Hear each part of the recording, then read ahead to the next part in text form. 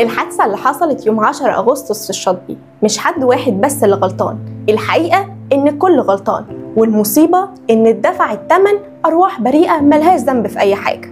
مشروع ماشي بسرعة رهيبة جدا ومجموعة من الناس بيعدوا السكة، المشروع خبط في الناس وللأسف الشديد في ساعتها مات 2، علي عبد الحليم 50 سنة وهيام صلاح 47 سنة، والسبعة التانيين بين إصابات وأطفال ونزيف داخلي وحاجة بجد مؤلمة جدا. النيابة حبست السواق 4 أيام على ذمة التحقيق، وبدأ التحقيق شامل في الحادثة وبتراجع الكاميرات عشان تعرف كل التفاصيل. السواق طبعا غلطان لأنه كان ماشي بسرعة جدا، وعلى ما أظن مش دي السرعة القانونية. ده غير إن مش معقول إن السواق ما كانش شايف مجموعة الناس اللي كانت بتعدي السكة. اللي سايق لازم يحترم الطريق ويبطل السرعة والتهور ويشوف حواليه كويس قبل ما يتحرك. السواق اللي خبط الناس على الأقل لازم يتحاسب ويدفع غرامة على السرعة اللي كان ماشي بيها.